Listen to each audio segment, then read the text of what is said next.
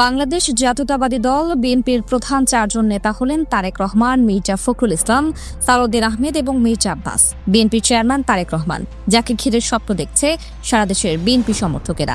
বিএনপির মহাসচিব মির্জা ফখরুল ইসলাম আলমগীর, যিনি তারেক রহমানের অনুপস্থিতিতে সারা দেশের নেতাকর্মীদের সংযুক্ত করে রেখেছিলেন। বিএনপির স্থায়ী কমিটির সদস্য সালাউদ্দিন আহমেদ, যাকে বলা হয় বিএনপির বর্তমান পোস্টার বয় এবং যিনি পরবর্তী মহাসচিব হবার দৌড়ে সবচেয়ে এগিয়ে আছেন। মির্জা আব্বাস উদ্দিন আহমেদ, যিনি রাজধানী ঢাকার সবচেয়ে প্রভাবশালী রাজনৈতিক নেতা। অনেকেই মনে করছেন আগামী নির্বাচনে বিএনপির এই চার নেতার ভূমিধস বিজয় হবে।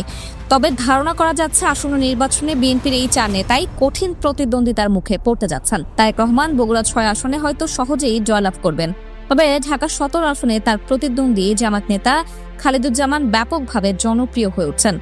অনেকের মতে এই আসনে খালেদুজ্জামান যদি তারেক রহমানকে পরাজিত করেন, সেটা খুব বেশি অবাক করার মতো ঘটনা হবে না। অন্যদিকে কঠিন চ্যালেঞ্জের মুখে পড়তে যাচ্ছেন বিএনপি মহাসচিব মির্জা ফখরুল ইসলাম আলমগীর। তার ঠাকুরগাঁও 1 আসনে জামাত মনোনয়ন দিয়েছে শিবিরের সাবেক সভাপতি এবং নির্যাতিত নেতা দেলোয়ার হোসেনকে। নিজ এলাকা অত্যন্ত জনপ্রিয় দেলোয়ার হোসেন 1 বছর ধরে প্রত্যেক ভোটারের দ্বারে দ্বারে গিয়ে সবার আস্থা অর্জন করে ফেলেছেন, যার ফলে আগামী নির্বাচনে মির্জা ফখরুল ইসলাম আলমগীরের বিজয় অত্যন্ত কঠিন হয়ে দাঁড়িয়েছে। আসন্ন নির্বাচনে যে একটা আসনের দিকে সারা দেশের মানুষ তাকিয়ে আছে, সেটা ঢাকা 8 আসন। এখানে মির্জা আব্বাসের প্রতিদ্বন্দ্বী জামাত জোটের প্রার্থী এনসিপি নেতা নাসিরউদ্দিন পাটোয়ারি। ইতিমধ্যেই যিনি ব্যতিক্রমী প্রচারণার মাধ্যমে মির্জা আব্বাসের কপালে চিন্তার ভাঁজ ফেলে দিচ্ছেন। অনেকেই ধারণা করেছিলেন শহীদ ওসমান হাদি না থাকার ফলে সহজেই জয়লাভ করবে মির্জা আব্বাস। তবে অল্প কয়েকদিনেই নাসিরউদ্দিন পাটোয়ারি প্রমাণ করে দিয়েছেন তিনি এত সহজে মির্জা আব্বাসকে জয়ী হতে দেবেন না।